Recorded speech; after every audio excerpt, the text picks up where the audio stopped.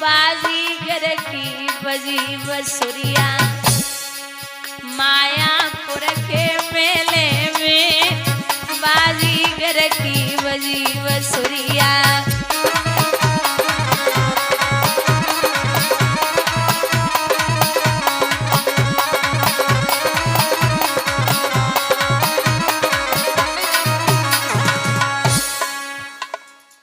बाजीगर ने भूत बनायो बाके अंदर स्वयं समायो। बाजीगर ने मायो बाके अंदर स्वयं समायो। ऐसो गुड़ अलवेले में बाजीगर की बजी बसुरिया।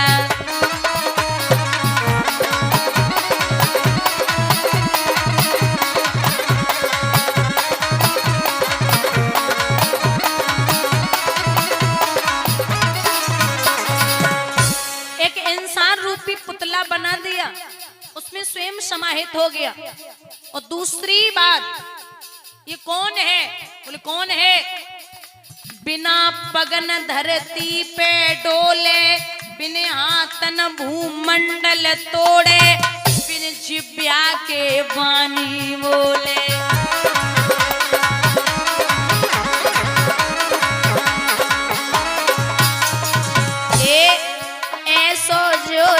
अकेले में बाजीगर की बजी बसुरिया।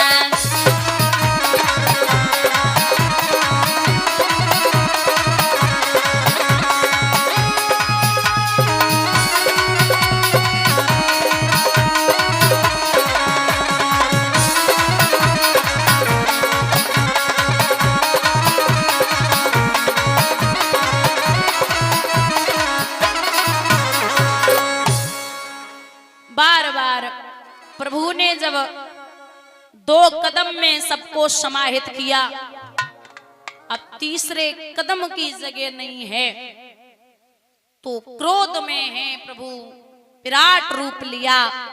और राजा हमें तीसरे कदम के लिए जगह चाहिए। तो राजा बलि की पत्नी का नाम है विंध्यावती, बड़ी चालाक है। भगवान से कहा पहले इधर आइए। भगवान जी बोले हाँ बोलिए।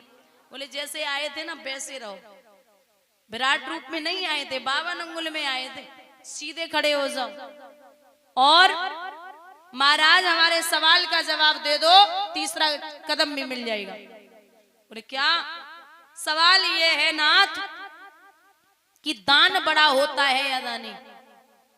बस इतना बता दो, दान बड़ा होता है या दानी?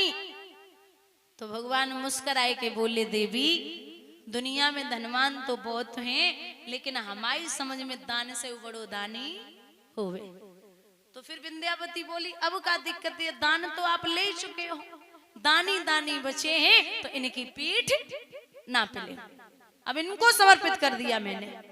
तो जैसे ही भगवान ने पीठ पे पैर रखा और एक पैर सर पे पहुंचा, तुरंत गोविंद मुस्कुरा गए।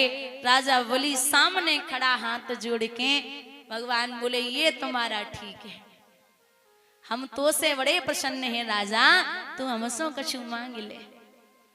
आंखों में आंसू हैं राजा बलि के नाथ। भगवान बोले मांगो तो सही। विंध्यावती बोल दी सीधे बोल दो कि मंगन ते हम मांगत नहीं, हमारी आदत नहीं बेकारी अंते मांगे वे। अबे हमारे दरवाजे पे खड़े हमसे कह रहे कछु दे दो, अब हमसे कह रहे कछु मांग लो। बोले नहीं नहीं मांगी।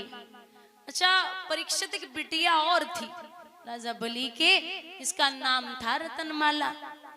जब उसने भगवान को देखा तो इतना प्यारा सा रूप है कृष्ण का, बावन भगवान का, कि देख के बड़ी चकित रह गई। ऐसा बेटा काश मेरे पैदा हो जाए, मैं उसे स्तनपान कराऊं। जब ये विचार किया तो भगवान ने कहा जा इच्छा पूरी हुई। अब दूसरे ही क्षण विराट रूप लिया, नाप दिए तीनों लोग। तो मन में इच्छा हुई कि अगर ऐसा मेरे पैदा हो गया तो मैं इसे जहर दे के मार दूंगी। यही रतनमाला द्वापर में आके हुई पूतना बोली गोविंद भगवान की। अब बोले कि जो पातालपुरी में मेरा महल है, आप उस महल का पहरा लगाओगे। ठीक है, सब आएंगे, सब पहरा लगाएंगे। बोले सब नहीं, आप जिस द्वारे से हम होकर के निकले, आप उसी द्वारे पे हमें खड़े मिलो। ठीक है, मैं वही मिलूंगा। अब भगवान घुटुअन तक दूरी इकट्ठी कर रहे, स्वयं कहते कि भक्तन ने मोह को नाना भांति नचायो। ऐसे बनिए आप, ऐसे कर्म करिए आप कि भगवान खुद हाजिरी लगाने के लिए सामने खड़ा हो जाए। वरना हमें खूब अच्छे से पता है कि हम जहां से आए हैं वहीं वापस जाना है। ये यात्रा जितने दिन की है उतने दिन ही रहना है यहाँ। अब वो चाहे सुख में काटिए चाहे दुख में काटिए,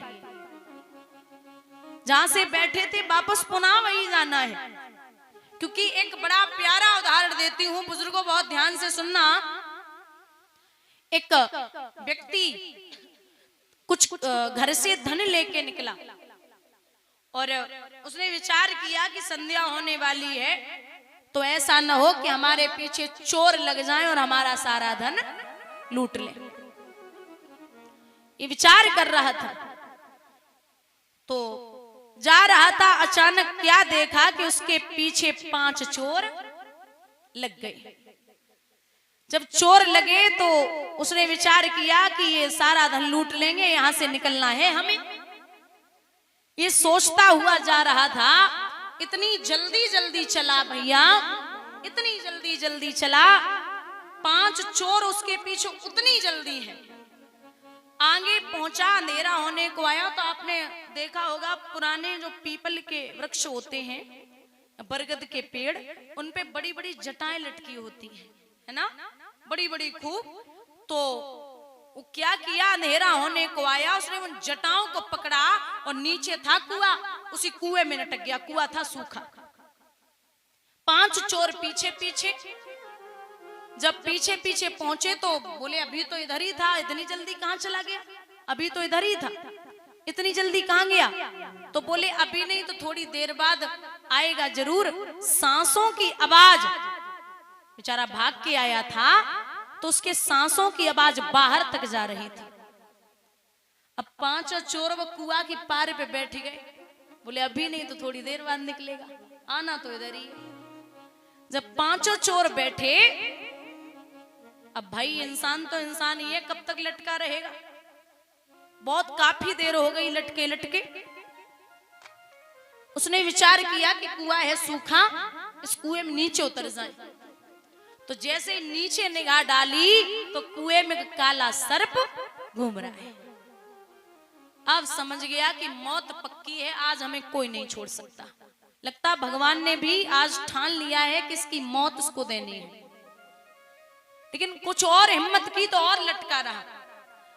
अब माताओं बाजुओं की सामर्थ्य खत्म हो गई तो उसने क्या देखा, ऊपर जिन जटाओं पे वो लटका हुआ था उन जटाओं को 2 चूहे काट रहे हैं। थोड़ी थोड़ी सी बची, बिल्कुल टूटने वाली। अब अंदर से तो डर है लेकिन मुस्कुराया, बोले अगर नीचे उतरे तो काला सर्प है कुएं में और थोड़ी देर बाद ये जटाएं तो टूटेंगी, मैं नीचे ही गिरूंगा, मौत हो जाएगी। और अगर ऊपर निकले तो चोर बैठे हैं। ये सोच ही रहा था, मुंह था खुला। अचानक ऊपर निगाह और गई तो बुजुर्गों एक बूंद गिरी सीधी उसकी जिब्या पर। उसने इतना मीठा स्वाद जीवन में पहली बार लिया था। अब वो 5 चोर भूल गो, सर्प भूल गो और अब चूहे भी भूल गया। अब वो ये सोच रहा है कि ये बूंद कहां से आ रही है, एक और मिल जाए। और वो मधुमक्खियों ने शहद छोड़ रखा था, उसकी एक एक बूंद गिर रही थी। वो सब कुछ भूल गया। मैं आपको ये समझाना चाहती हूँ कि वो व्यक्ति कोई और नहीं, हम और आप हैं। और हमारे और आपके पीछे 5 चोर लगे, काम क्रोध मोह लोभ और अहंकार। और जिस कुएं में और हम और आप पड़े हैं वो है मृत्युलोक, और जिन जटाओं पे हम और आप लटके हैं वो है हमारी और आपकी सांसें, और जिनको वो दो चूहे काट रहे हैं, एक है दिन और दूसरा है रात, और जो काला सर्प घूम रहा है वो है हमारा और आपका काल, और जो शहद की एक एक बूंद गिर रही है ना, इसके चक्कर में सब भूल गए, वो है धन। बोलिए गोविंद भगवान की। बस धन के चक्कर में ये सोच रहे कि आज 1 लाख को मुनाफा है, कल 2 लाख की व्यवस्था है जावे। इस चक्कर में हम सब भूले बैठे हैं। क्योंकि ये भजन मैंने कल भी सुनाया था, बड़ा प्यारा है, ये माया बड़ी विलक्षण है। लिखते विद्वान कि मटर पे अधर चले चाकी रे, मटर पे अधर चले चाकी रे,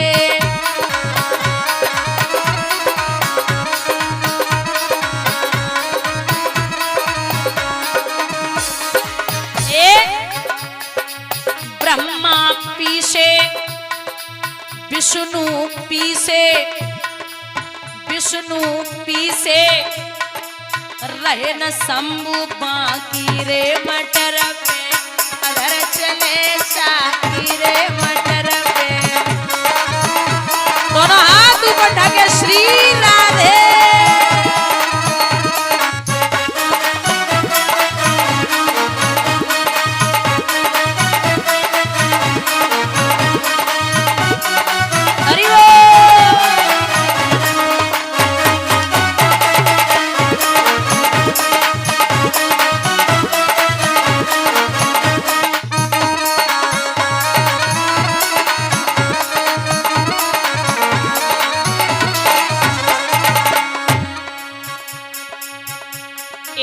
तीनों लोक पीस के आई, पीस के आई तब हंस गई नारी खुदा की मटर